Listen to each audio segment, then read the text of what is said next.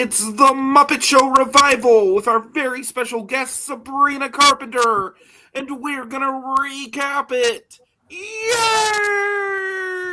Yay!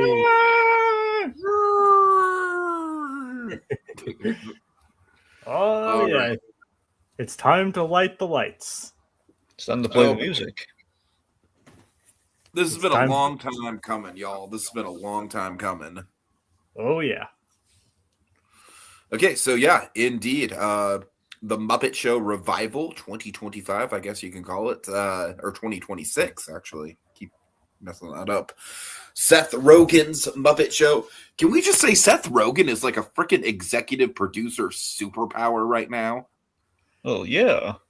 I mean, this man is like, it's truly like very impressive, like the resume he has just in the producing department. So yeah, let's just go ahead and go roundtable and give our thoughts. Of course, this is just the first episode. Technically, I think this is a pilot, but yeah. I don't know. I think it's a pretty, I don't know if it's confirmed. I don't think it's confirmed, but I would say it's a pretty sure bet. I mean, people are responding really well to this thing. I'd be surprised, especially with Josh tomorrow, being a Muppet fan. I would be really surprised if this thing didn't lead to a series. Mm-hmm. So you all want to go roundtable? Jacob, why don't you start with your thoughts? Well, basically, I'll keep my thoughts very short on it. The Muppets are back, boys. That's it. All right. Well said, Dragon. These are facts. So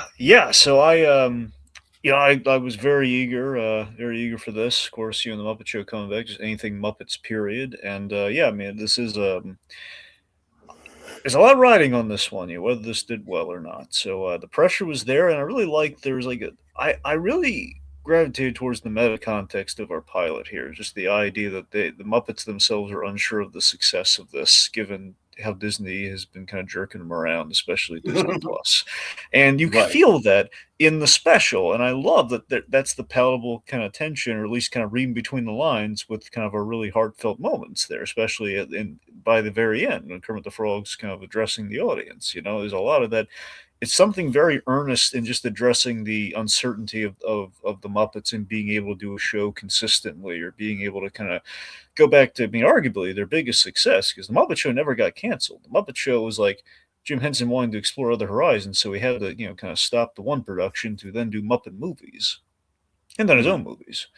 So, the Muppet Show was like a huge, massive success that no one ever tired of or didn't like. It was just, ended on a high note. So, I mean, look, does this reach the heights of the Muppet Show, of the original show? God, no. It's one episode with Sabrina Carpenter. We can't measure like that up against the last. Let me put it this way. Let me put it this way. Okay, technically the ending of the Muppet Show, Gene Kelly. Okay, I don't think we can. It's really, it's hard to measure up. So it's not against this. I'm just saying, after one episode, this definitely is the proof of concept that, folks, we can still do this. I'm just saying, you measure them by comparison. It's an impossible, kind of thing to kind of like top by one special, and a special that is like the length of an average Muppet Show, which is even more difficult, which surprisingly they did very well with. So, love it, but I'm sure a lot of people are frothing at the mouth for more, and hopefully Disney listens. Yeah.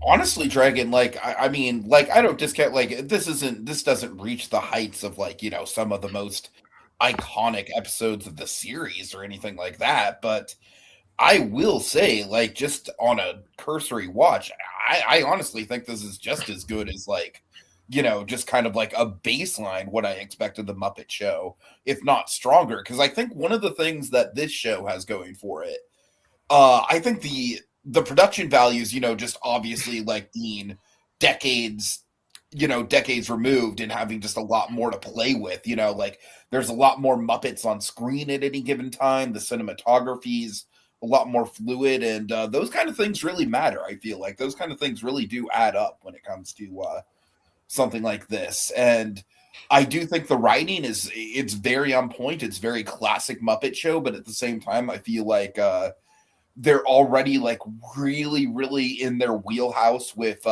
creating like a few running bits and plot lines. So this episode we have the Sabrina Carpenter and Miss Piggy stuff. We have the random Maya Rudolph bit. We have my personal favorite, the Gonzo bit, which was lovely. Y'all know I love that.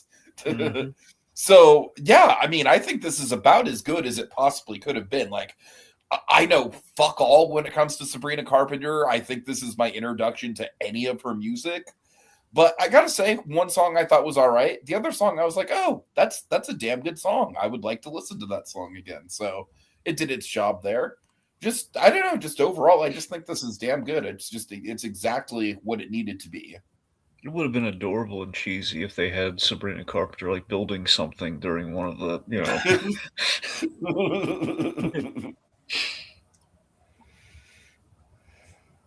Yeah. Okay. Now, so I guess that's yep. As for me, this is not my first time being exposed to Sabrina Carpenter. I've heard a couple of her songs. Espresso is a bop, by the way. So, and she was a former Disney Channel star. Mm-hmm. So, having her back with the Muppets after achieving her own success is pretty neat. Yeah. Yep. Totally. All right, so we got to talk about the cold open because the cold open's wonderful. Yes. You mean when they're exploring the theater and turning on the lights? The epic basically, sentimental. The cold open is essentially like it starts out and we essentially think it's going to be fucking pictures in our head from the Muppets 2011. And they undercut it so awesome. Yeah. And Rob's like, what did you think? This was like some kind of sad montage in your head? There's like the epic sentimental buildup of the Muppet Theater. And, yep.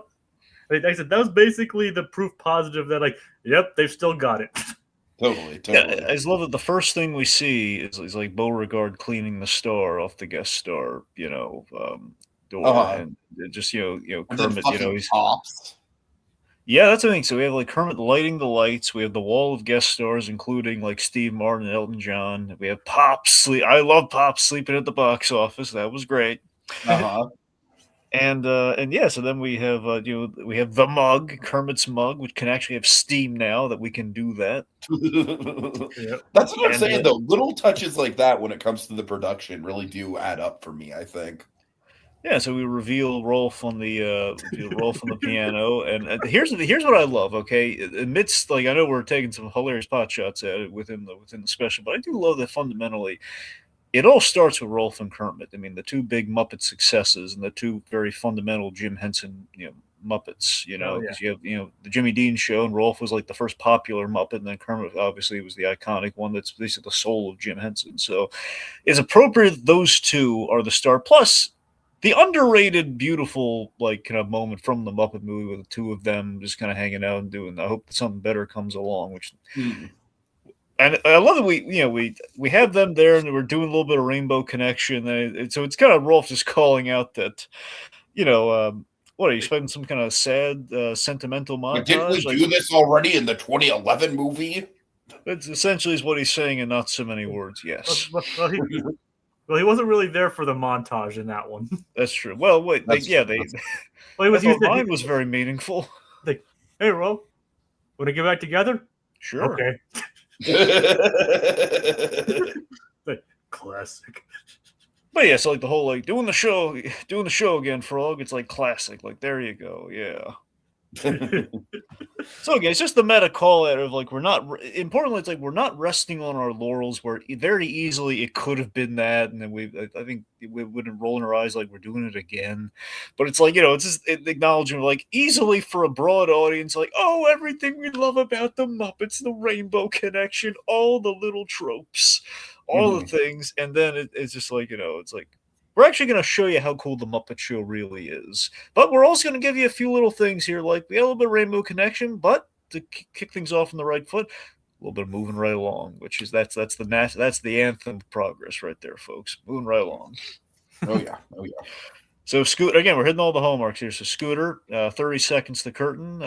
Which is every Muppet Show needs that. We always open on Scooter, coming in the guest stars dressing room. And of course, Sabrina Carpenter. I feel Yes. unless except it's actually Miss Piggy. Yes, so we're in the same outfit. Then we set up the wig gag. I love this joke. Is real. There's a good underrated joke too. Just the whole like, I don't want a wig. Like, right? No, of course. None of us are wearing wigs. Yeah. I gotta admit, Sabrina Carpenter does pair very well with Miss Piggy. Oh, the dynamic is so on point. Like, just instantly, like, with me knowing very little about Sabrina Carpenter's, like, public persona, at the very least, like, down to clown is, like, what you need to be a Muppet guest star. And I think she has that, like, pretty spot on. I heard a coworker, he watched this as well. He basically mentioned the, he mentioned like Sabrina. I know nothing of Sabrina Carpenter either, and he mentioned, like, oh yeah, she's, she's down for doing silly stuff. She was like kind of silly stuff like this. So she's perfect for the Muppets. Oh yeah.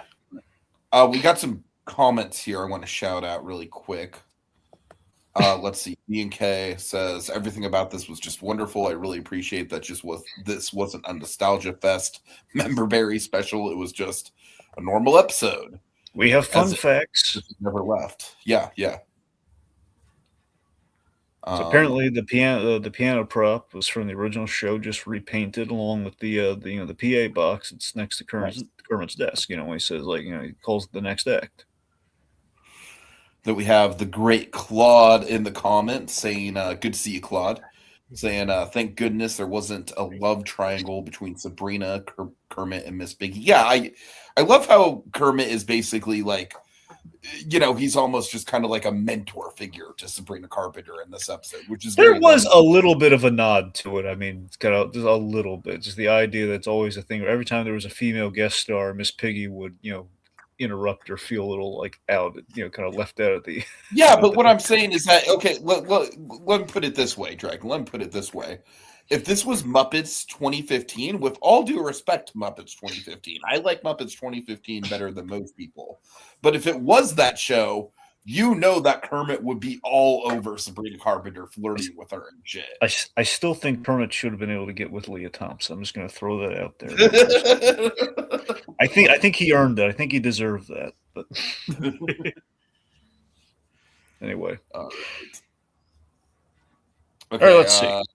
We got Little Blue just saying, I'm late, but this was excellent and didn't disappoint. And by the way, it's my birthday. Happy birthday, Little Blue. Yay! All right, anyways.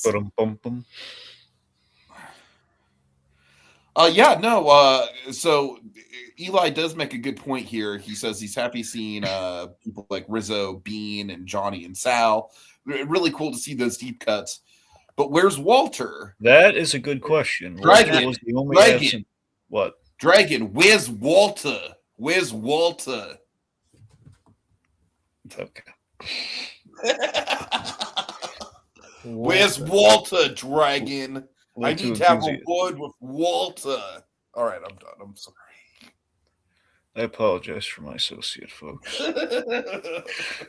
Anyway, so yeah, Walter's absence is the shadow that looms over this production. Let's be honest, because literally every other Muppet is in this. And Peter Linz is in the special as well. Yeah. And it's not like they had a whole movie about getting Walter, to join the Muppets or anything that they literally made a meta gag about in the sequel to said movie. And he was in the Less Than Fantastic Muppets Now. So I mean, Walter is around. So he was, and he was also in the 2015 show too, right? Well, actually. I think didn't he pop up once or twice, like in a very minor capacity? It would if he was in it. It was I'm saying exceedingly minor. I really don't think Walter made the cut of that show, but he could have been in the deep background. I could have sworn he popped up in like one episode. It's possible, but I don't know. I'm kind of thinking back to it, Tiki. I don't know. Apparently, Z&K said he wasn't in there. See? Okay. Yeah. Wishful thinking, though. Either way, though, it is kind of a shame that we didn't see him here. Yep. Or to quote Better Call Saul, like Tiki seems to be wanting to do. Yeah, no, you're right. You're right. Wishful thinking. Oh God. Okay. Just hear me out. Fucking No. Jonathan Banks is the guest star, and him doing the whole Walter bit is how we get Walter back. Oh God. Anyways, but seriously, wouldn't Jonathan Banks be an awesome, like, inspired guest star, though? Yes, he No, would. I mean, look, we all have our list of Muppet guest stars that we want. that honestly, like, it's almost certainly gonna be a debate question. But I straight up think we could do like a top 10 like most wanted guest stars on the Muppet Show or something. That might be something. Well, we could absolutely now do a Muppets debate after this. Well, that was yes. Well, that was the plan, Jacob. Yes, we are. Well, I didn't. I know he doesn't. I need time to talk these things over. I can't get everyone in one place at the same time until after the show. All right, I'm sorry. Communication breakdown. All right. So speaking of things breaking down, let's talk about the show. That's right. So we have moving right along. We have the montage here. We have our Sabrina Carpenter opening gag, and of course we have the theme song. So like it's Sabrina Carpenter, yay! And then we replicate the opening flawlessly as we do, and then Gonzo's trumpet gag is awesomely a confetti, exploding. I love how it actually kind of seems like it's doing okay at first. Like it actually sounds like a legitimate kind of trumpet. Yeah. But then he looks into it and it just blows confetti into his face. Oh, yeah. So here's a few subtle things that we've updated that we did not have in the original Muppet Show. We have a few of these little details here.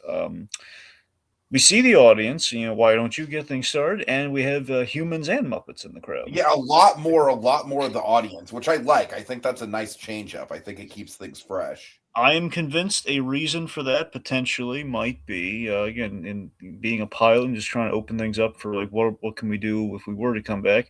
We have more than one guest star in this. Now, mind you, I don't know how much it has to do with it just being special, or maybe it's them testing the waters of like the original Muppet Show was limited to one guest star, but we might have ways of working other people in as kind of like the Muppet cameos that we see in other Muppet projects. So if we have humans in the audience, that'd be a very easy way of doing that. Should we need? You know what it really reminds me of? It really reminds me how on SNL you'll have like one like a main host, but then like other guest stars can just kind of like pop up in the sketches. Yeah. Or at the very least, it at least sells the illusion that they're doing a live show. Yeah. Definitely. Yeah. All right. So let's see. So again, we have Kermit on stage doing kind of the meta call out of like, yes, we're right. We're back. We're finally back to where it all started and where it all ended, and we're all started again. Maybe if everything goes well. Which again, just addressing how Disney is just going to screw around with the Muppets, and yet they're remaining optimistic with this project. They think we finally have a winner. It's as simple as like Disney, by definition, they can't. You have the Muppet Show on your service, okay? It's literally it was the thing that launched the Muppets into the stratosphere before the movies. It's like as far as a Muppet Show goes, you cannot get more Muppet Show than Muppet Show in the title. So what can you object to with this show, Disney? What? Tell us how you really feel, Dragon.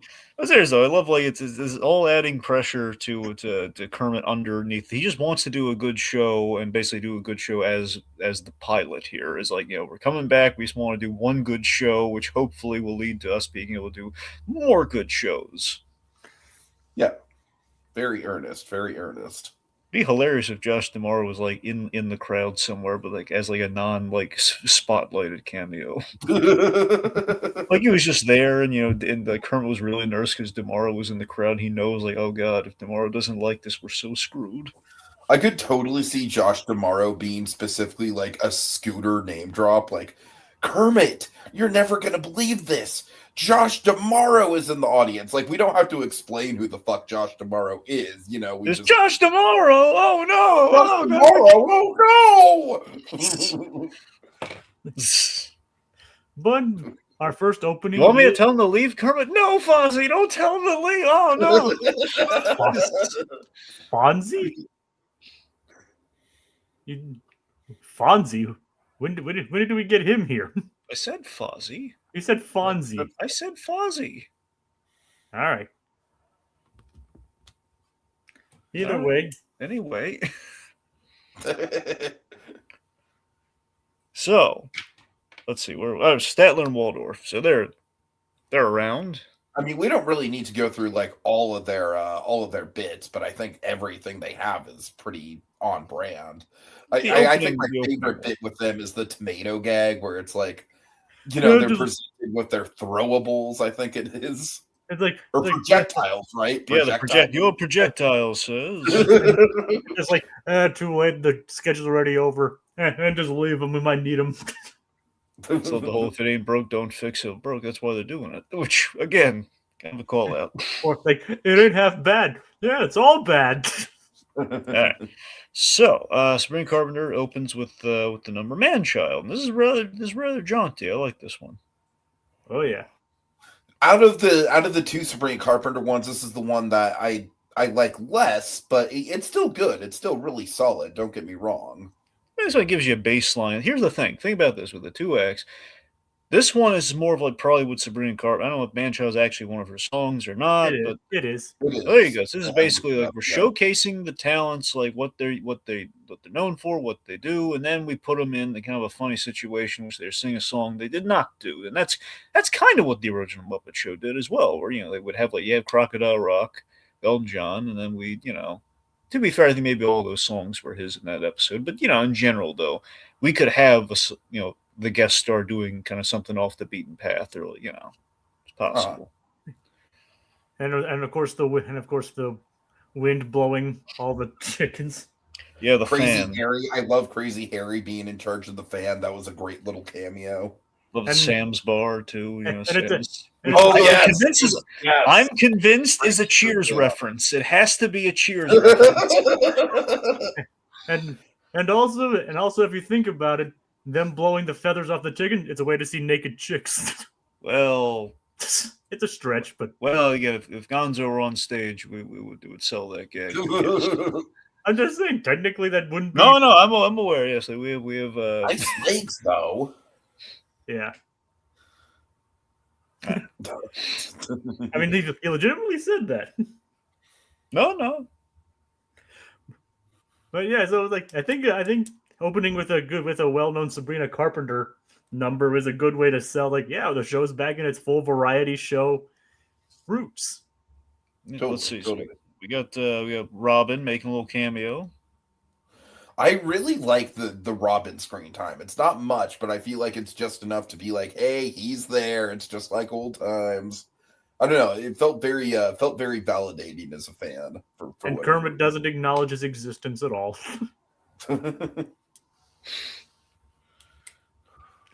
I don't know. I mean, Kermit is like, he is taking some time to talk to him. I don't think he's like straight up ignoring him. Like, we don't really see a ton of interaction with Kermit and Robin, but I feel like every time we see Robin, he's with Kermit. Yeah, fair enough. All right, let's see. So in general, in this scene, Kermit has the Muppet crisis of the week. Kermit has booked too many acts for the big return show, and thanks to a very Larry David, very Curb Your Enthusiasm, as kind of sounds fun response. Which Scooter took as, yes, we should book everything.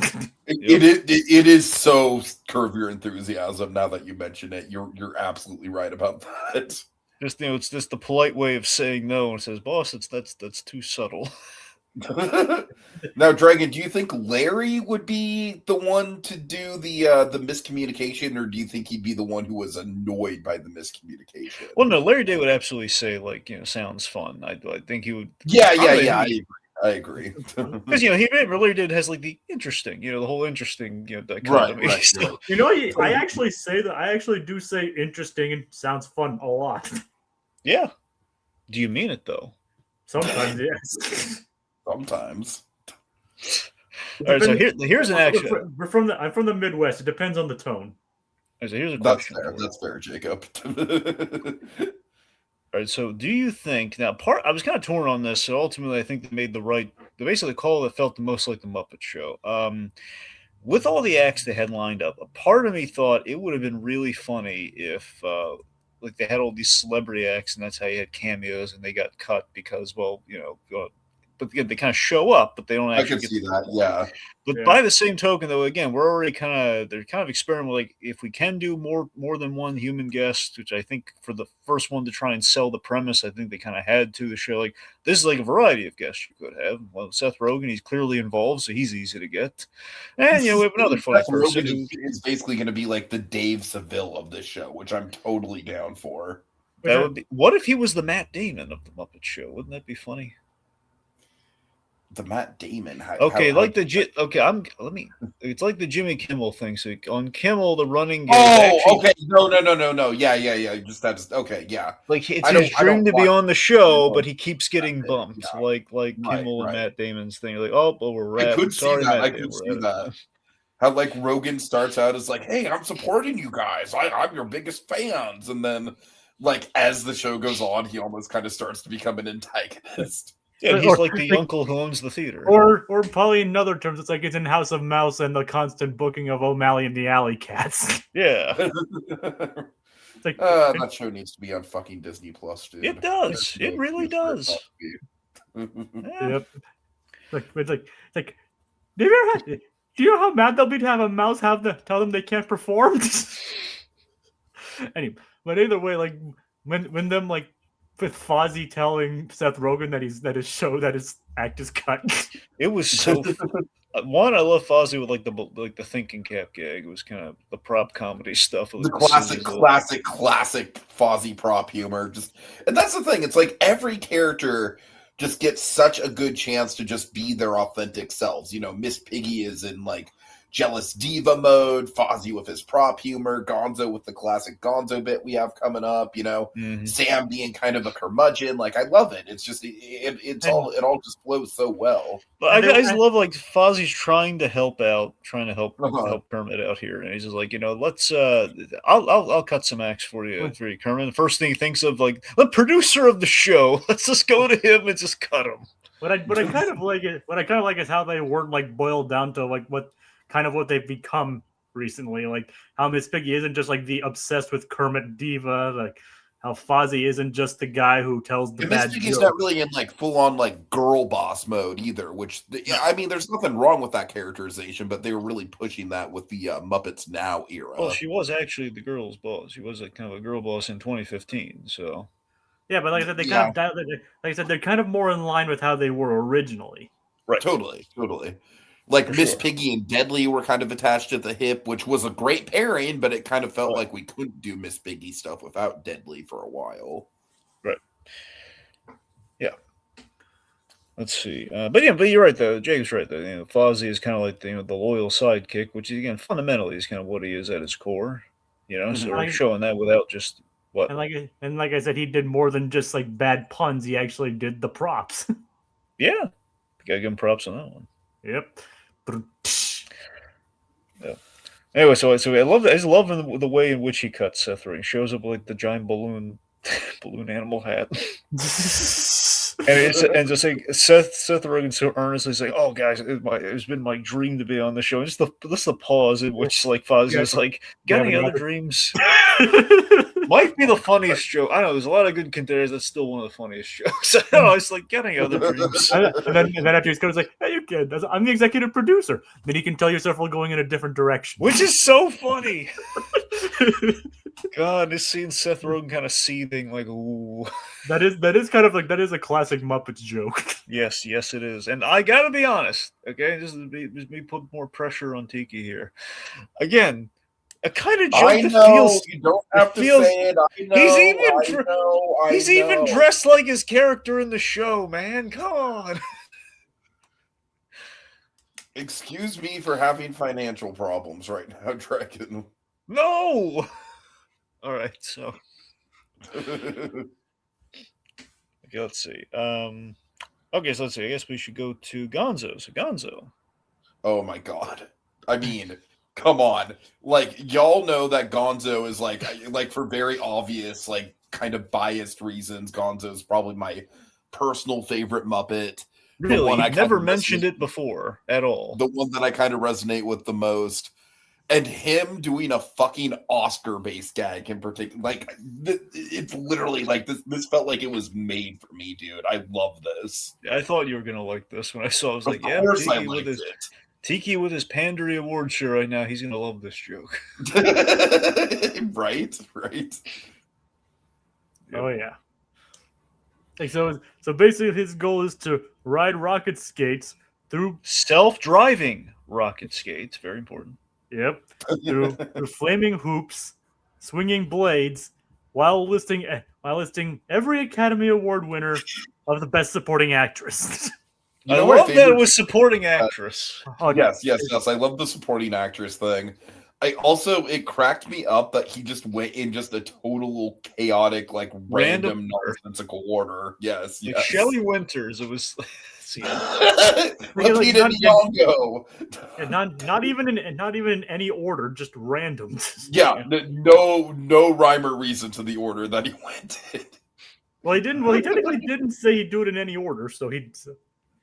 I mean, that's true. I don't know. Oh man. And let's just say Dave Goelz has still got it. Well, of course. Well, I mean, let's just give credit where, I mean, obviously, like, I don't know, the fact that Dave Goelz and fucking Frank Oz, like, both of them, man, it's just, what? No, go on. Is Frank Oz not doing Piggy? No, he hasn't done Maniac. No, he hasn't done like the Muppets in like 30 years. Yeah, who's doing Piggy? I'm sorry, Eric Jacobson. Yeah, it's still Jacobson, right? Yep, Eric Jacobson. And he's also doing Fozzie, so he's basically doing all the Frank Oz characters, or it's more so, yeah, more or right. less. That was a bad on my end. I'm sorry. Well, still, Frank. Let's make a blanket statement. Frank Oz is still really cool, though. He is. Obviously.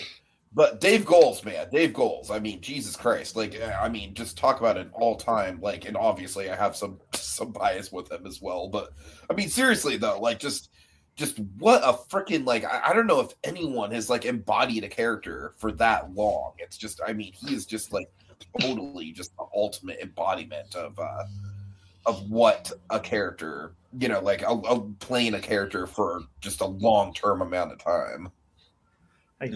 He's the only Muppet to really have his original actor. That's true. He's one of the last. He's one of the last mainstays.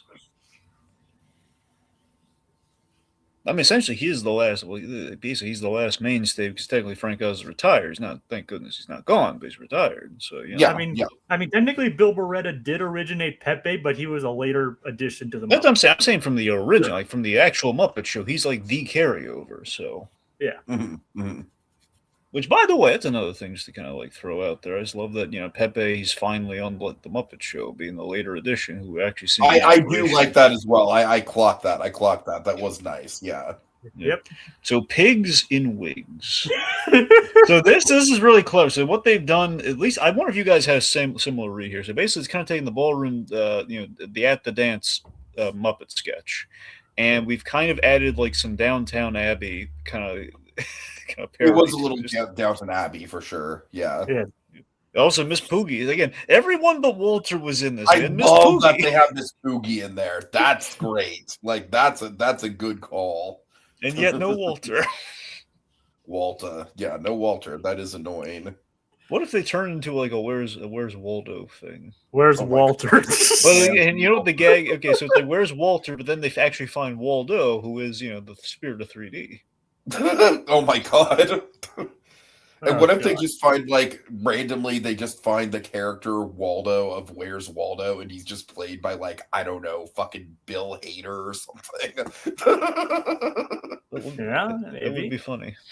It's like, but then, like, as it turns out, Miss Piggy has a secret lover. Yeah, so adultery. Kind of, yeah, and then it's freaking Pepe, who has no idea. So we should also probably mention this whole sketch, Pigs and Wigs. This is most likely Peregrine's worst nightmare incarnate. I was thinking that. Yeah. Now, Link Hogthrob, by the way, is in this special because he's in the opening, and we see the pigs and space guys. Both of them are there. They're not in this sketch, but they're in the are opening. legitimately like even more disquieting than Link Hogthrob. I will have to ask him about that, man. Yeah, it'd be really. You should film his terrified reaction. I want to see him crying in the fetal position. The fetal pig position. Oh god! Like I just love the fact that now that Pepe has no idea what's going on. And it's like, hey, they just threw me in here, okay? He went there because of the food. It's craft service, okay? And there's like, my big, strong lover with his chiseled chin and big, strong arms. Now, who do you think? Now, here's a part of me wonders if it was intended to be like a live act, like like a real person as like a real human guest. I know that the whole gags. There wasn't actually somebody in there. I'm saying like, I wonder who they. Harrington or something, maybe. I don't know. Like Kit Harington or somebody as like who was recast. Yeah, and they chose Pepe. Like Henry Cavill or something, Henry Cavill would be another good guest star. He would be. He would be. Well, honestly, a lot of people have been throwing out like Corn Sweat and everything, where it's like, hey, we should actually do an homage to the Christopher Reeve thing. We should actually get one of the modern Supermen. Like, I think a lot of people thinking Corn Sweat, given the the Christopher Reeve vibe of James Gunn Superman. What if they get both Corn Sweat and Cavill in the same episode? Oh, that would be hilarious. That would be the internet would fucking explode if they did that. And oh my god, what if they also got Brandon Routh? Ooh, that'd be even okay, nice. Hell yes. Wouldn't that be great? Is Tom Welling kicking around still? That's the thing. Tom Welling, he's open to it. I think he absolutely can. Look, so long as we don't put him in the yes, I think we can get him in there. Right. Like, maybe not the. I know. We're not. Don't mention. Yes, we're not going to put him in there. Okay, just yes. Yeah, maybe not that guy. I know, not that guy. Let's go deeper cuts. Let's get Tim Daly on there. Everyone loves Tim Daly. Oh my god, hell yes. Why not Dean? No, but seriously, like as a realistic thing, it would be amazing if they just got Mark Hamill and Harrison Ford again. Oh my god, that'd be the only way to get Harrison Ford to re-engage with Han Solo. But he wasn't on the original. What I'm saying. Yeah. Or what did they get or even better, what about Christopher Lloyd and Michael J. Fox? Well, that'd be awesome. I don't know if they're gonna do that. Yeah, I don't. That's a Universal thing. That's there's a little bit of that. Superman thing, we're pushing it already just because Superman is Warner Brothers. I was getting there. We can't push. we can't put him in the costume, but we can still have him and just being handsome men who everyone in the audience knows is Superman, but we can't say it. Well, either way, as it turns out, Miss Piggy's date also found love in 5 seconds at the carving table. Yeah. And then I wonder if it was Beverly LaPlume. Oh man, if only. Oh, And then Pepe's cheering, like, yeah, good job, man. Yeah, they're very appreciative of each other in that moment. It is kind of nice that they're even allowing some more risque jokes into this. Oh yeah, as we'll get to later. The most risque one for me was the whole Sabrina Carpenter's like, "Oh, that's okay, Kermit. I like kinks." Yeah, I was surprised. Like, oh wow, okay, we're going there. More power to you, Disney. Makes me wonder, what has Sabrina Carpenter been up to? And then in that same moment, it's like I even canceled a date with. Is he single? No. Yeah. But yeah, the kink one I was really surprised with. Here, let's see. Okay, so after so Piggy's wig came off too, which is like, what do you think? You think it's just like for the sketch the wig came off, or are we suggesting that Piggy's wearing wigs all the time? Probably for the sketch. Okay, I'm gonna say we had that wig gag in the intro. That's why I ask. Yeah, you're probably right then. All right, so Scooter tempts fate with the clipboard of all the sketch, all the sketch info that they need. Gonzo he takes it while shouting more the Oscar winners. And then Bobo's like, "You kind of walked into that one." I love Bobo the Bear, and I love that he's there, and I love these 2 moments that he stole the show. Every time he shows up is fucking gold. Yeah.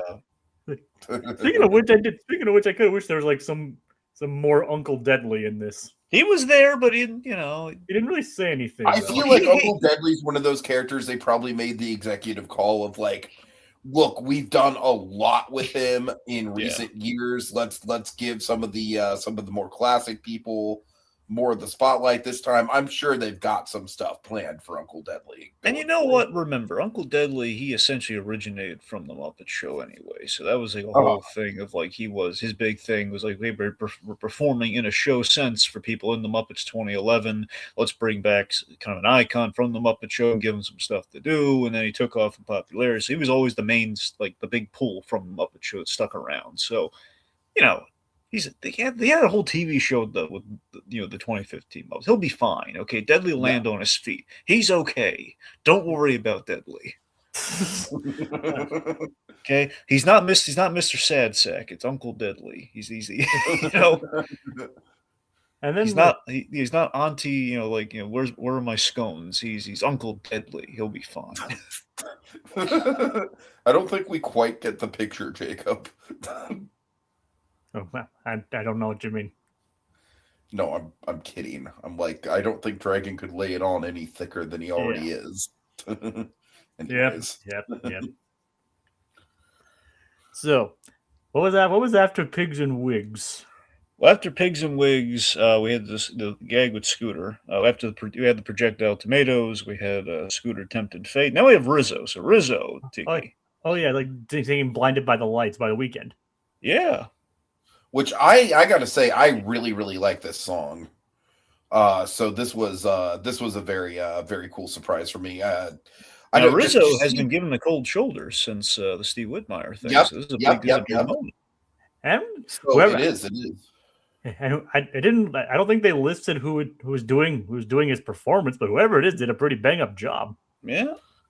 And I love just the gag of like, this is a song that is very much like The Weeknd, by all intents and purposes. I don't really think he's reached like this status in the music industry, but by all intents and purposes, his style is basically like, I want to be the next Michael Jackson. And his voice very much reflects that. He's got a very, very silky smooth kind of falsetto voice. So I think it was a really clever gag to have fucking Rizzo of all characters be the one to sing the Weeknd song. Yep. And it was actually pretty. It actually sounds like relatively good, all things considered. Yeah, it does. Yeah, and I really like that bit. I was like, it had some funny bits, but for the most part, it was actually a very well put together number. And Beauregard spilling his coffee so the lights are to go out. I love how it's Beauregard of all characters. Remember, we need more Beauregard. Remember, Beauregard has been in the theater this whole time. Like, that's true. Because remember, it's like, Scooter, where have you guys been? All right, guys, I need to catch up on some comments here. All right, go ahead. Okay, let's see. I could see Walter being a tour guide, theater. Like Kenneth. Yeah, like Kenneth from 30 Rock. Tour guide for the theater. I'm sorry. The orchestration sounds so much grander than the 2011 film, for sure. It's also saying, I like seeing it mixed with human and Muppets in the audience. Feels akin to the Brian Henson directed movies where the world is more evenly filled out with both types. Indeed. All right, we have Theme Park Priest just saying, I was bummed I couldn't watch it the other night. Watch it, Priest. Watch it. It's great. You won't be disappointed. I guarantee you. I waited until as we were about to do this show to actually watch it myself. So did I, honestly. I watched the episode twice, though, so I'm pretty fresh on it. ZK says, well, can you object to the show? I'll tell you what you can object, Iger's decision, because he loves screwing them over. But tomorrow would be excitable. Iger would be Iger would be a Tex Richmond level threat. That imagery alone is like the best advocation I've ever seen for like tomorrow so far. I'm Bob Iger, Mr. Texas T. just Bob Iger is Tex Richmond, and Josh D'Amaro is like the excitable person who actively wants to be on the Muppet Show. He's I don't Bobby know. with an eye. That kind of I actually really Z&K. That's surprisingly profound. I love that. What was Bob Chapek's opinion on the Muppets? Oh, Well, he just basically sat in indifference. That's All right. I mean, I was just Z&K says the jokes were pretty flimsy at best, which they could have told them more into each sketch better. Postpartum review of the horse. I don't know if he's talking about this or. Anyways, what do you think of Piggy's Greek goddess number? What do you think Piggy's Greek goddess number would have been? I could see "I'm Your Venus." That would be fun. I'm your Venus. I'm your fire. Okay. We have Lawson W9665 saying Conan is a guest star breaking the fourth wall would be hilarious. That would be great. Conan is probably like near the top of my guest list for sure. Absolutely. Near the top. Z&K says we never get to see Fozzie be a little bit scared like that. Saucy. Oh, yeah. Right. I'm sorry. You're right. Okay, God. Sorry, guys. There's just a fucking lot. Dragon, can you like skim the comments really quick and see if there's anything we need to shout out? Because there's a lot of them. All right. Let me see if there's anything. I like Z&K saying Bobo's the Patrick Warburton of Muppets. There you go. I could see that, yeah. Okay, so yeah, so Rizzo's performer is also the Bean Bunny performer. So they found somebody that they kind of play Whitmire as kind of the specific characters. So we got that. Nice. And also, just a shout out Teddy in the comments. He says, I hope they do get a full revival series, and I would love for them to get more weird with the guests. Indeed. Kevin Smith would be a great guest. Oh my God, yes. Apparently with the tying into the bits, he is meaning Stedler and Waldorf. Oh, okay, got it. Z&K. Okay. And speaking of Weird Al Yankovic, I mean, he was in Muppets Mayhem, but having him in the Muppet Show itself would be great. That's right. I feel like Weird Al would almost like be contractually obligated to be a guest star. And by the way, I'm actually seeing him in August. Nice, awesome. Wouldn't it be hilarious if like Weird Al felt inferior to Gonzo? Maybe just says, "Am I not weird enough? I mean, look at this guy. Oh my God, that would be hilarious. Do I need chickens in the act? Can I use chickens as an accordion? How can I do this?" And fun fact: Weird Al Yankovic and Sabrina Carpenter were both in a show together. Oh, He was Milo Murphy in Milo Murphy's Law. So Sabrina Carpenter was in Milo Murphy's Law. Yeah, she was one of the main leads. Oh, is she Melissa? Yeah. Oh, I never tracked that. Nice. Okay. Huh. So I do know her from something. Yep. She was Melissa in Milo Murphy's Law. Nice. I was gonna shout out. I would love Albert Brooks to be on the new Muppet Show. Or what about Mel Brooks? Well, I mean, yeah, but Mel Brooks, man. What about fucking Dick Van Dyke? If they're gonna do it, they got to do it soon. But that would be fucking incredible. Let me ask you this, okay? Would you have Mel Brooks as the guest star, or would you have him like sharing the balcony with Sattler and Waldorf? Oh man, I mean, shoot, I don't know. That's a tough call. I feel like both those choices are really good. That is a toughie. Now, of course, Mel Brooks is like, he hasn't been he's in the Muppet movie. It'd be ages since he's be great. It's a standard rich. Like he's like, hey, do you still have that standard rich and famous contract? Right. Okay, what if he stole the frog brain? All right. No, seriously, Albert Brooks is a missed opportunity because I mean, like the comedy legend. It's like I think he'd be absolutely down for performing with the Muppets. Like totally.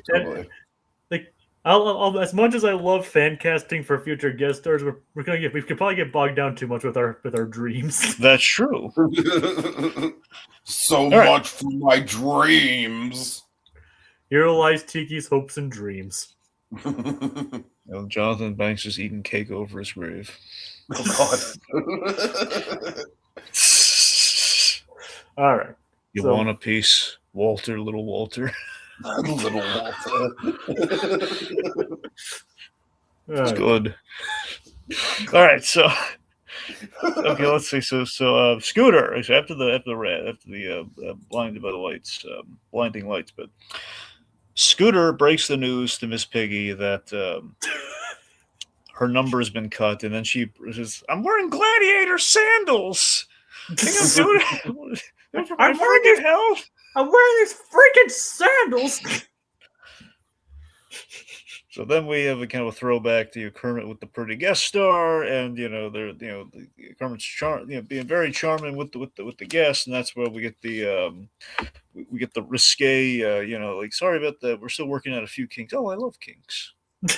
I was surprised to hear that, but yeah. But like I said, the original Muppet Show did have a lot of risque humor in it. Well, I mean, it had Raquel Welch. I mean, come on. Well, yeah. Heck, the original Muppet, one of the original things that Jim Henson did to sell the show was called Sex and Violence. That's very true. Sex and Violence was the original title, so you can completely distance it from Sesame Street. Even if it was like more of a satirical thing. Well, that too. But obviously Miss Piggy just slams down the door because you got to have that happen. It's an update on the karate chop so far. It's like, hi. The whole door smushes Kermit the Frog. Piggy, it's like that pig will huff and puff, and she'll break that door down, kids. She breaks the door down to tell Kermit off, and so they have this really funny running gag with Sabrina Carpenter. So Carpenter flatters Piggy. I modeled my whole look and style after. He says, "Oh yes, I've noticed. My attorneys will get in touch." I love how fucking pleasant Piggy is with that delivery. Yeah, it's almost like it's almost passive aggressive. No, it's delightfully passive aggressive. Yeah. It's a veiled threat. Definitely a veiled threat. Yeah, it's basically a cease and desist, but with a smile. And she's like I watched you, my parents watched you, their parents like, okay, this is over. Yep, they're bonding. She loves the flattery until she's reminded of, like, yeah, you've been around since before the 70s, Piggy. Oh, God. Did he say Miss Piggy, passive aggressive? Never. Yep, according to Teddy. Never. Oh, yeah. I remember earlier on, she had this great, like, Miss Piggyism with the whole beverage. Very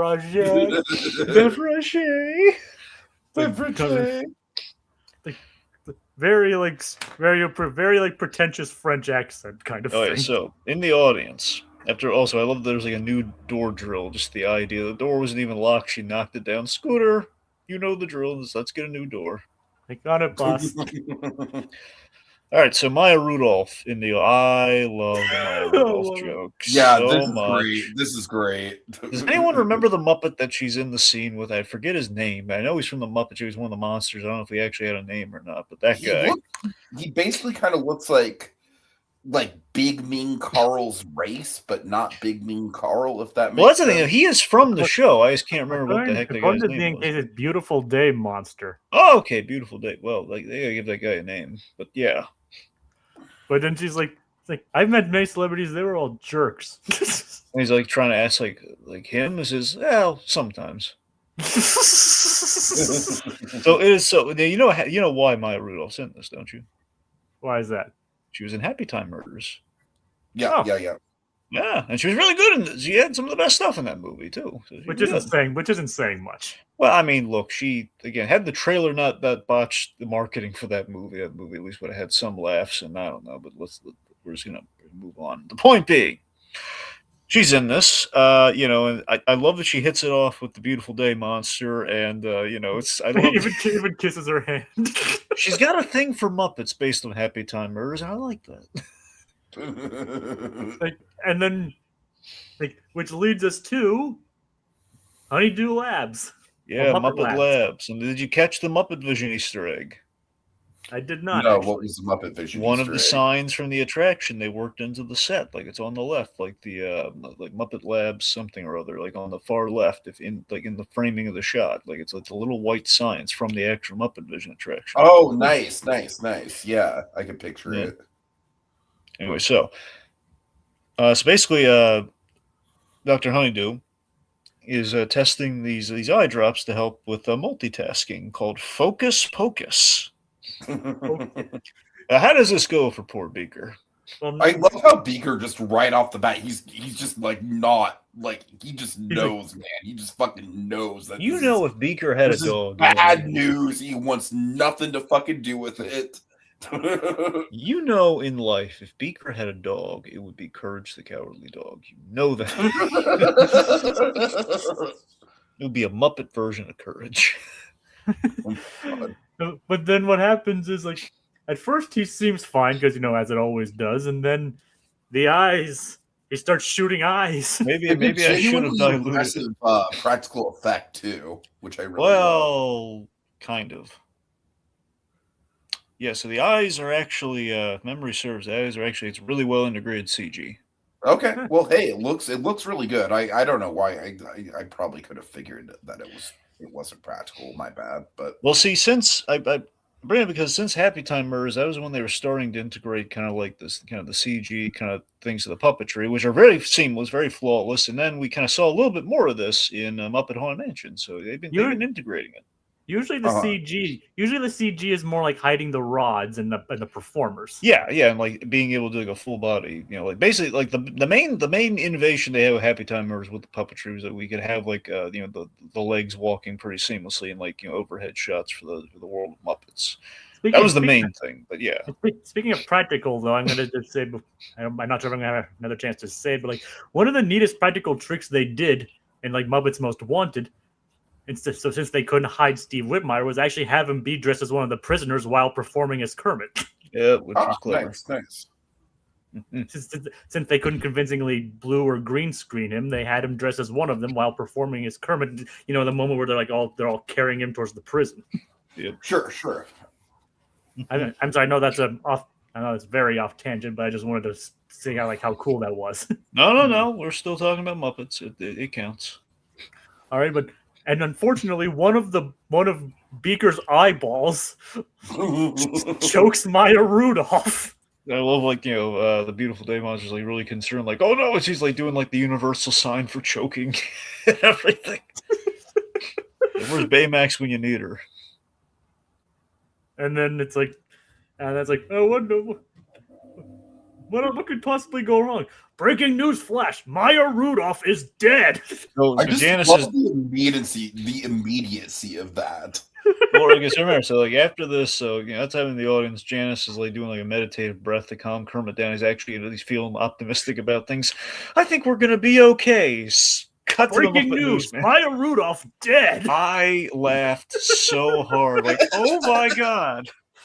You almost get the sense of like a little bit of character evolution from the Muppet Newsman, where he's almost kind of like slightly going into kind of like a TMZ direction. Little bit. And then the sandbags falling. There's like, breaking news: Maya Rudolph is not dead. Here was an edgy joke that they had right after this. And Maya Rudolph's alive. And what did she see, Jacob? It's like she was like she basically saw like red flames performing for a guy in red. That was heaven, right?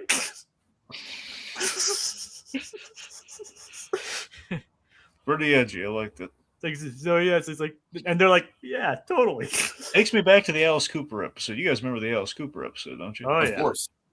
Yep. One of the classic Halloween ones, and along Gonzo with almost sold his soul.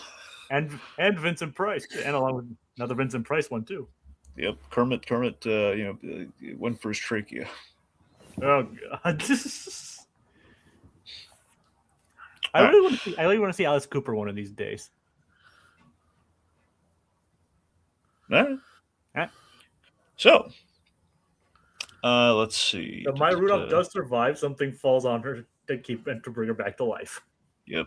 All right. So then we have basically like the big guest number, which basically replaced Piggy's number, and she's none too thrilled about it. This is the number you like, Tiki. Islands in the Stream.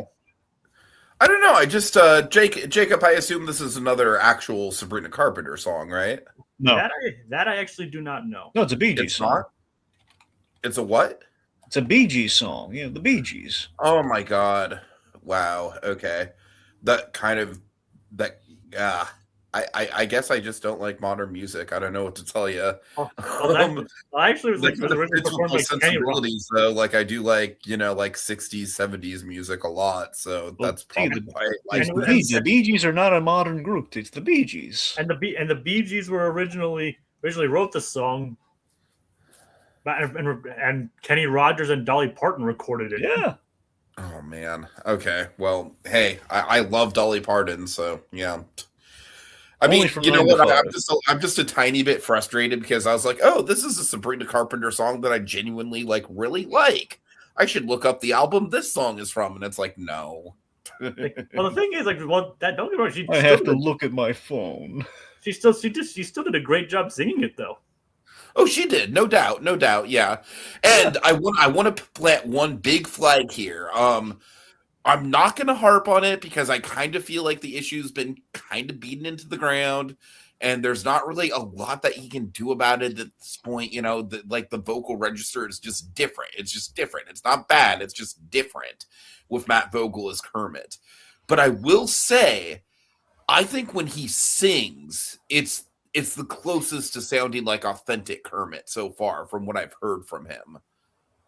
I mean, that's pretty much what you've said previously when he was during the Muppets Haunted Mansion and things like that. You pretty much right. Well, I just want to reaffirm that I do think that Matt Vogel, I still think his line delivery is a little shaky. I kind of feel like I'm getting used to it. I kind of feel like it's not standing out as much as it did. And look, and I feel like the same exact thing happened with Whitmire when he replaced Jim Henson, right? I'm sure. Yeah. But I mean, the truth is that I grew up with Whitmire, so it's taken me a while to it's taken me a while to warm up to him. But I really do think this has gone a long way towards I don't think he's all the way there with just the baseline line delivery, but I definitely think with the singing, he's pretty much all the way there. I feel like his singing sounds very authentically Kermit at this point. Oh yeah. I mean, I think so too. Like I said, I think that was pretty much our general consensus. Like I said, when we did Haunted Mansion. Yeah. I think so. He nailed. I agree with you. I mean, I'm not as critical as I was never as critical as his performance. Even though, again, like you, I said, I'm not trying to come down on him and be like, oh, he still sucks. Boo, tomato. But I know what I'm saying is I was never as critical as some other people were. And I'm not saying you were always the harshest critic, but what I'm saying is I will say I grew up with Whitmire as well, and hearing Vogel after Whitmire is definitely jarring, as I'm sure it was for many people from the transition from Jim Henson to Whitmire. But I guess when you're used to a person voicing a character for so long, the new replacement is naturally going to come under scrutiny. And sometimes they're going to, and some are going to be good, and some are going to be good, some are not going to be good. But I do think that I think this show is maybe the best omen of I think Matt Vogel he is kind of getting a little bit more comfortable with the role. Well, he also needs time to do the role. Well, he needs time to do the role too. That's the biggest thing, kind of working against him. For people he used to, he needs to play it more frequently. Hey guys, a couple more projects would be nice. Some practice wouldn't hurt. Because a lot of the time, most of the time, he's only done is his brief appearances, brief YouTube or Facebook reels and things like that. Yeah. So you got to remember too, it's also been the weight of the material as well. Or I mean, look, obviously Jim Henson, in our hearts, he's Kermit the Frog. But Steve Whitmire, he had great material to work with as Kermit the Frog, and so that's why it's in comparison. I think it's why it's what's working against Matt Vogel as well. Is Matt Vogel hasn't had a lot of time with the character, and the stuff he has gotten. For me, best Matt Vogel we've gotten was Haunted Mansion, because we had some really great Kermit material for him, and I think he really delivered on it. And most of him in that was him singing. And you know what? I'm going to go on a limb here, and I would say that for me, this is probably if not the best, because I will be honest, I haven't rewatched Muppets Haunted Mansion in a couple of years, so I'm not as fresh on that. But Muppet Haunted Mansion. I think this Muppet Mansion. I think this is maybe the best vocal performance, and I think the reason why, Dragon, you really did nail it on the head. It is a factor with the writing too, because this writing does feel very authentically Kermit, like very authentically Kermit in this episode. I mean, it doesn't help that the only other thing he really had to work with the Muppets was Muppets Now. Yeah. Exactly. Yeah. Which like that's really the only other like bigger thing he had to work with. Which again wasn't really the best of any of the Muppets. Muppets Now, I think, is pretty universally like one of the weaker Muppet projects. I think that's pretty universally agreed. Nothing says good times like the pandemic and the Muppets. Nothing just says, it's like, yeah, let's talk definitive Muppets. When everyone was separated and they're doing it online, and we were stuck. Dragon, you know who had like literally like an objectively better pandemic variety show than the Muppets? Who? Just Giggle It. You're right. They did. Like, objectively, that was a better show than Muppets Now. Okay, well. Pretty much. Anyway. You know I'm right.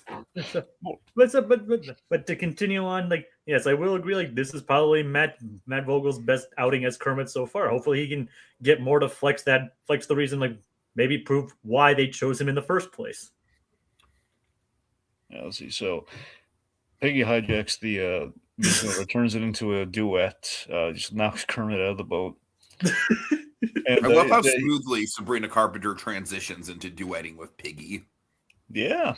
Yep.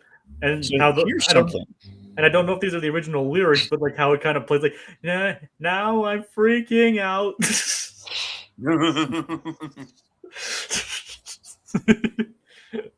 That line right there was exactly why I kind of thought it might be her song. Yeah, because it felt like the kind of like contemporary slang that she would put in a song. Like, well, to be fair, like I said, I thought it was one of her original ones too. I didn't know. I definitely knew Man-Child was, but I didn't know about this one. So here's something we've never seen before in the Muppet Show that we get here, which is kind of interesting. Again, we're getting a little bit of pathos. We see the not saying we didn't have pathos in the Muppet Show, but we have like the little set change. We never saw like the changing of the sets. Like when the curtain comes down, we never see what happens right on the other side of it. Mm-hmm. So we have like the little moment there where it's like this is my dream come true, singing a duet with Miss Piggy, and it's great. And then and then we have the whole thing. Do you think you might drop the lawsuit? Oh, it's called copyright infringement, sweetie. That's really for the lawyers to decide. This is, of course, but it's for the lawyers. This is the false hope. But just I love how she puts such a positive passive aggressive spin on. It's called copyright infringement.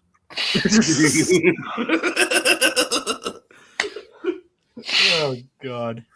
That's a really good running gag. Okay, so then we get to the real. This is where Vogel really shines. We got to give him credit here. Okay, so backstage, Kermit, we have the classic Kermit the Frog freak out where he says, "Ever stop it!" He tells everyone to knock it off so we can think. So they're all basically because everybody wants to get their act in, and there's only room for one more act before the show ends.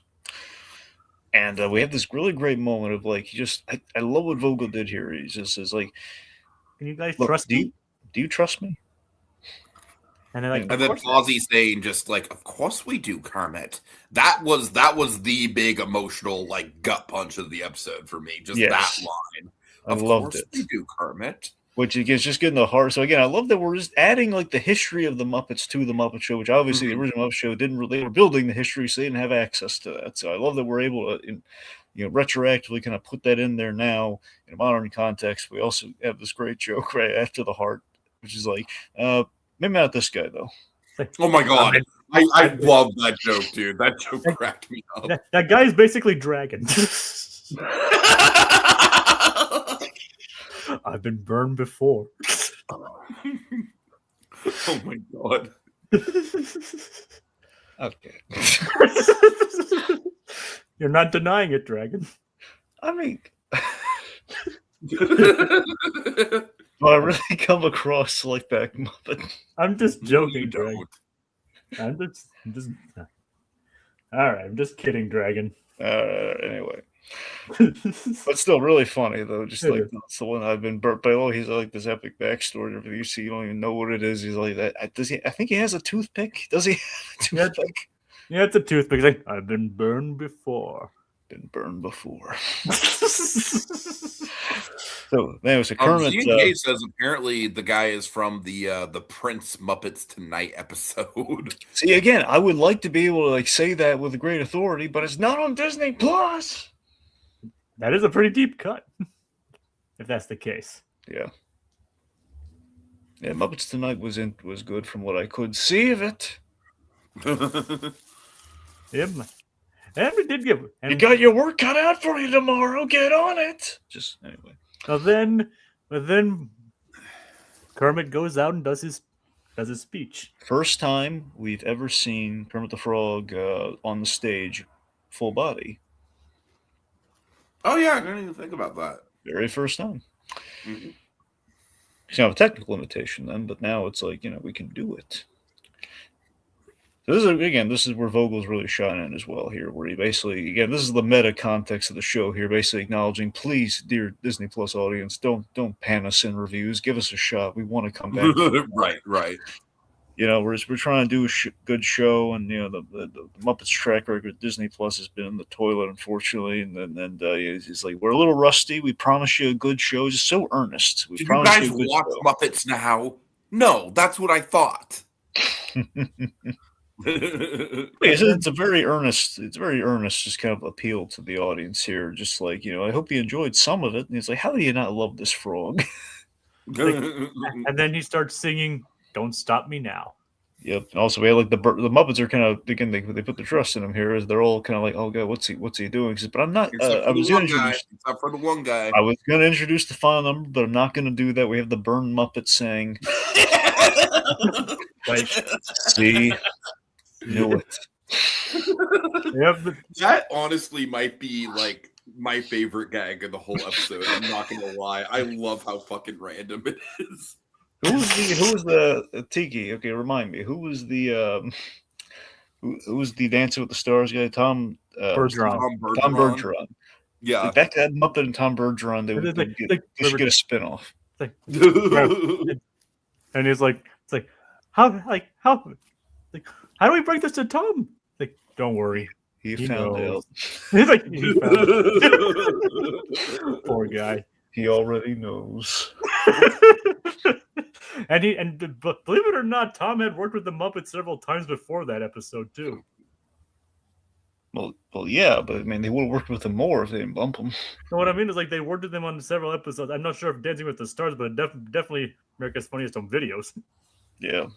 So anyway, so then that's exactly what Jacob said here. Then we have the Queen, like Kermit. This is starting and having a good time, which then spreads into with all the Muppets. They all get on stage and they're singing and having a good time, which is a feel good ending if I've ever seen one. Like, don't stop me now. Yep. Which is basically, again, in musical form, it's the plea to Disney Plus to please pick up the show, and I love that. I think it's a perfect song. It fits the energy of the Muppets very well. It's triumphant, but you're right. It also very much speaks to Disney Plus pretty directly. It's a great pitch of like, please don't stop the Muppet Show. Please let it keep going. Please, like, there's going to be an outcry. Tomorrow's going to be grumpy. We could do. Yep. Yep. And it's Jack Black. We need a Jack Black episode. And it's also he'll be ticked off about how he was kidnapped. All hail the Hobo King. And I was abducted by hobos. Yep. And like basically the song also just like it acts as like not only that, it's also acts as a triumphant return to the Muppets. Like, yep, we're back, and it's almost like we never even left. Yep. Mm-hmm. It's like Seth Rogen in the audience, just. And Z&K points out this is like a sequel to their Bohemian Rhapsody YouTube video, which was kind of their big. That was the key to their comeback, too, in many respects. Yep. Yeah. So let's see. So also, it's a little subtle thing, the Electric Mayhem get a little bit in the song. I know all the Muppets got a bit, but I'd like to think maybe the Electric Mayhem got a bit in the song, because they were the last ones to get the axe, and they didn't deserve that. And it turns it into a good like rock and roll cover of it too. Mhm. Yeah. So in the audience, Seth Rogen, he's still a little bitter about being cut, and he's telling like a Muppet next to him. He's like, I call him the there Muppet. I can't believe they cut me from that. Like, they cut me and they kept that armadillo in the tutu. Yep. And he's not even canon. He's not even. He's not even canon. It's like poor Seth. Now I don't think. No, I think I saw a picture of this Muppet. It's not. No, it's not the same Muppet. It did remind me of the deepest Muppet cut ever. Okay, are you ready for this? One of the deepest. Yeah. Okay, Kermit's Swamp Ears. There was a behind-the-scenes featurette in which we basically followed the production through this extra Muppet that was like a day player extra that was like in the that was like went by blink and you miss it during the during like the I think it was like a pet, yeah, it was a pet store at the pet store. And the whole gag is like this Muppet's like trying to work his way into the main movie, and he just had like the one scene that got cut, and he's like our little behind the scenes kind of thing throughout the whole production. But it's like he was an armadillo, like I said, deep Muppet cut. Yep. Oh God. So anyway, I just love like back fucking Roy from Kermit's Swamp Ears, man. yeah. The one funny part of that movie. Yeah, but I just love that Muppet going like there, Seth Rogen. I thought that was adorable. there, Seth Rogen. I almost kind of feel like that should have been Sweetums in that role, though. Oh, yeah, that would have been. There. So he's like holding like an oversized hanky. It would be adorable if, like every time like an act got cut with like if the guest star was unhappy, or they would go to Sweetums for like the there hug, like it's okay. Sweetums. Oh God, hold on. Sweetums could basically be like the equivalent of like the moms at the pride parades who give the free hugs. Yeah, pretty much. Yeah. Well, actually, you know what? I mean, look, I want it to be Sweetums, and by the same token, that we established Bobo does that, and we saw him do that in the Muppets 2015 show. He offers free supportive hugs. That's true. That's true. I'd buy it from Bobo. I would. Anyway. I almost kind of feel like Bobo is kind of like replaced Sweetums in some ways, as far as like his role within the dynamic. Like his roles, he's a bit more dry in his humor, though. Oh yeah, that's true. That's true. Sweetums is a little bit more over the top still. Yeah. Hey guys, wait for me. You know what would be great? Like, because Dragon, you know how we're getting that movie about the guys who stole the car in Ferris Bueller's Day Off and like what they were up to? Yeah. What if we got a movie with Sweetums about like how he caught up with the Muppets after they left him behind? Oh, you mean like the adventure of him like chasing him to all the locations? Yes. Yeah, basically it's like there's a term. Follow that Sweetums.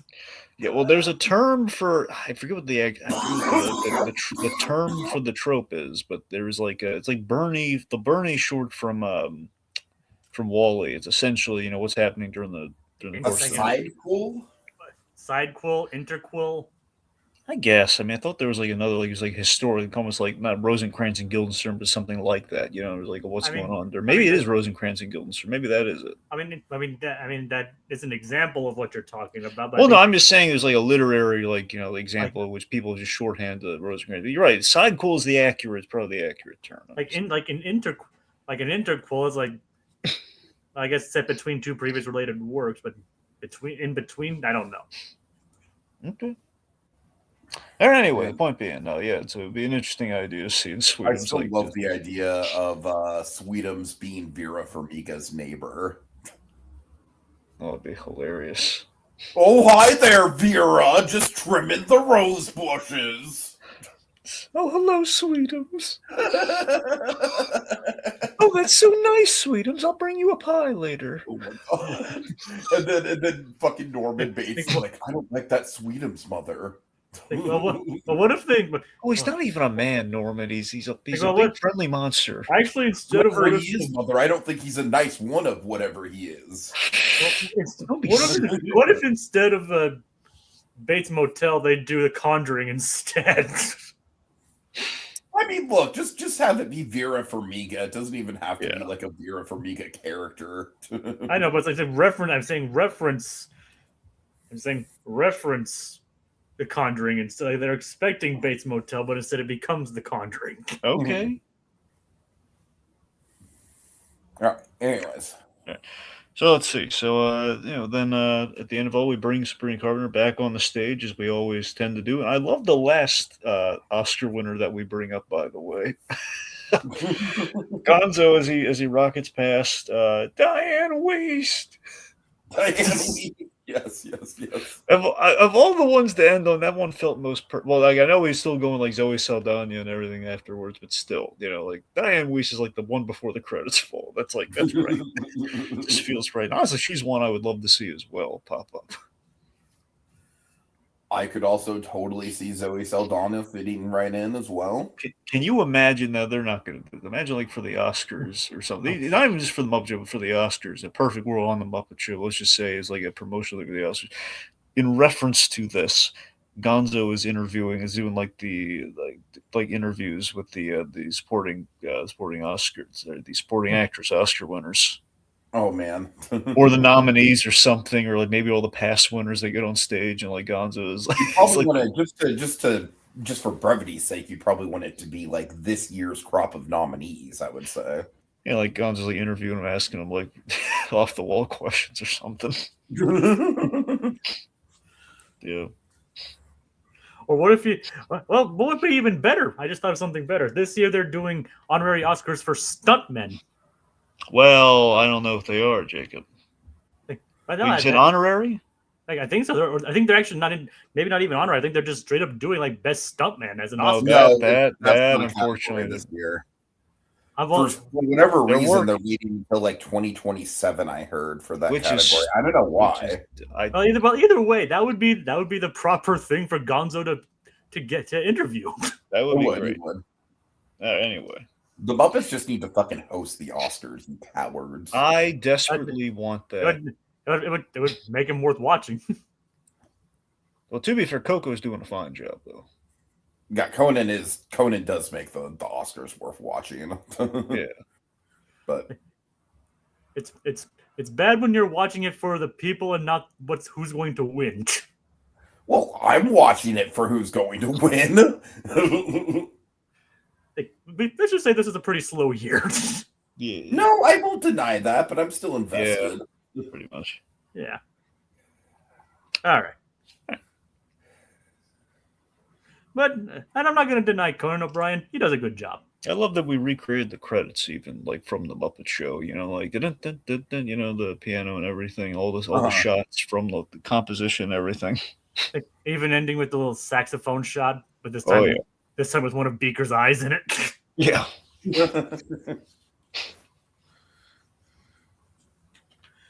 So yeah, I think this is a great success. Mm-hmm. It proves that the Muppets are basically timeless. Pretty much, yeah. Yeah, I don't know. I don't really know what else to say. I think just by and large, it is just pretty much about as good as it possibly could have been, and I definitely think it basically begs for more. Yeah. Please, tomorrow, don't screw this up. Give them the show. Give them the green light. Just do something, please. Just let them make. Fucking do it. Do it, Josh. Josh, we're watching you. Fucking do it. Let the Swedish chef cook, man. Let it happen.